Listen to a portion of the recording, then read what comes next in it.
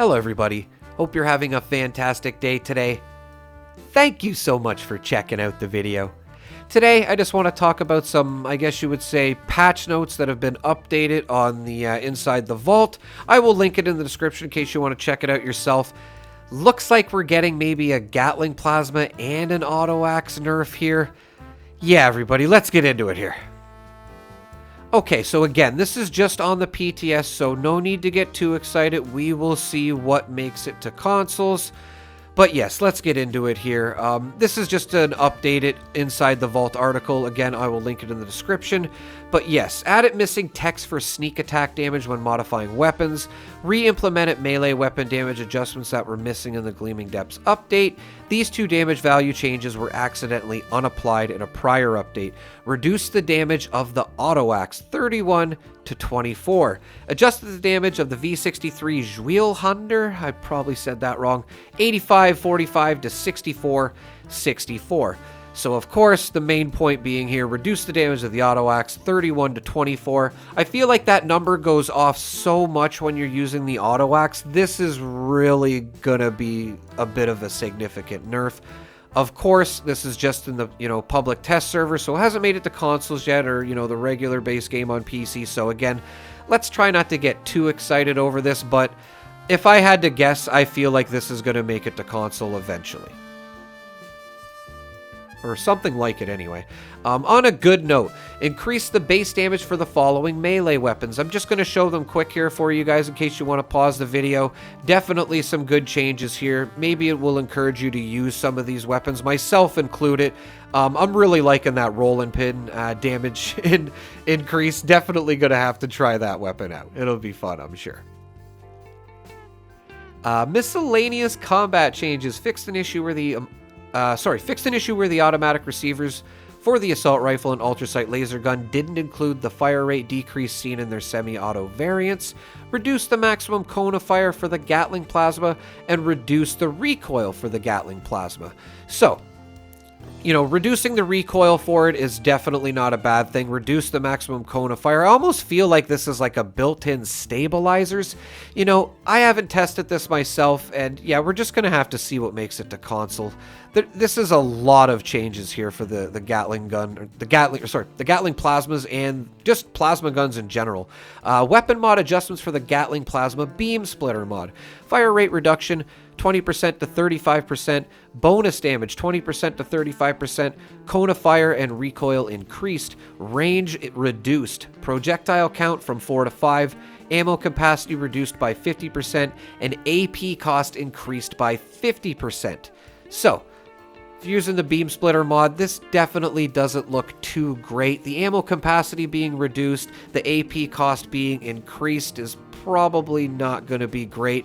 And the damage bonus 20% to 35% could make up for it too. So maybe this is similar to what, kind of happened to the railway rifle like 3 or 4 updates ago. Just slowed the fire rate, but it still seemed to be on par with damage.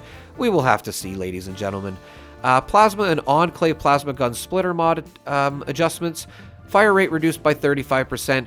Range reduced. Ammo capacity reduced by 50%. Damage bonus 15.5% to 35%. Cone of fire reduced, recoil reduced, AP cost 100% to 50%. So the damage bonus looks good there. AP cost, that looks better, right? Because you want to be using less AP. Recoil reduced is good as well. The range being reduced is probably not great, and the fire rate there as well. We're just going to have to try these. Plasma and Enclave plasma gun flamer mod adjustments. These are probably the most interesting to me. AP cost set to 30, reduced by 30%. Ammo capacity set to 300, increased by 400%. Note, for a base plasma gun, this would result in 150 capacity. Removed 40% damage bonus. Now has the same penalties to damage 30%, critical attack damage 20%, and sneak attack damage 20% as other semi-auto and auto weapon mods. Now, removed 40% damage bonus. That scares me a little bit for the, the flamer mod. That's probably gonna be really noticeable. They have made a lot of weapon changes as well too. I'm really hoping a lot of this stuff just evens out. I'm sure they're not just, trying to, take away our favorite guns. I'm sure they're just trying to adjust it, so everybody can be happy. We will have to see. Plasma and Enclave Plasma Gun Spinner, automatic mod adjustments. Removed increase to cone of fire, removed increase to AP cost, removed 10% ammo capacity penalty, now has the same penalties to damage 30%, critical attack damage 20%, and sneak attack damage 20% as other semi-auto and auto weapon mods. So, removed increased cone of fire, removed increase to AP cost, removed 10% ammo capacity penalty. This doesn't look like, too much of a change. Sorry to say again, we're going to have to test. And yes, base damage adjustments for the following weapons. Plasma Gun, 58 physical and 58 energy to 39 physical and 39 energy. Enclave Plasma Gun, there's 71 physical and 71 energy to 57 physical and 57 energy. Gatling Plasma, 35 physical and 35 energy to 31 physical and 31 energy. I feel like for sure the Gatling Plasma is going to end up being a bit of a nerf, and the Enclave Plasma Gun, because I've been seeing that weapon doing some crazy damage lately. So I feel like these will eventually be somewhat of a nerf. I really hope it's not huge, and these weapons are still, some of the best. The Gatling Plasma included. It's probably most of our go-to gun or weapon, for the raids. Other than the AutoAxe, I would say is very useful as well. But even in the background here, you can see, we've basically used the Gatling Plasma to get through the whole raid. So maybe this will make raids a little bit more interesting. The Snake won't be dying as fast, and the Epsilon crew is fast, because it's really the AutoAxe and the Gatling Plasma that's destroying this stuff, right? So we will have to see. Not necessarily bad. Hard is fun sometimes. Removed an unintended additional damage bonus on the following mods for the Western Revolver. Calibrated Receiver, Vicious Receiver, Severe Receiver, Refined Receiver. Dev note, the damage bonus removed here was already accounted for with the prior base damage increase. So, looks like the Western Revolver is getting a little bit of a nerf. That weapon is pretty overpowered, so yeah, we'll have to see again, everybody. Sorry to say again. And fishing. Fishing rod modifications have been moved to the Tinker's Workbench. Fish no longer decay and spoil. Note, fish bits and food recipes made with fish bits will continue to decay and spoil. All fish displays, fish display plaque, curved fish display hooks, share a build limit with other camp displays, 30 in each camp. Team-related UI notifications. Example, new player joining your team, notification of newly created public team. Will no longer obscure the fishing minigame. Player names are doing that as well, too, in the Pip-Boy. If we could get that, worked around, that would be awesome somehow. Added edition wording, creating replica fishing rods at the Tinker Workbench to help clarify they are for display purposes only. Fish bits recipes now display after toggling the option to show unlockable recipes at a cooking station. The reclaimed ship chandelier is now destructible. Added additional junk items that can be caught. Updated the following public events to ensure players receive improved bait as a reward. Encrypted, Scorched Earth, A Colossal Problem, Seismic Activity, Neurological Warfare, and Caravans. Reduce the number of axolotus required to be caught in the third Fish Quest Challenge.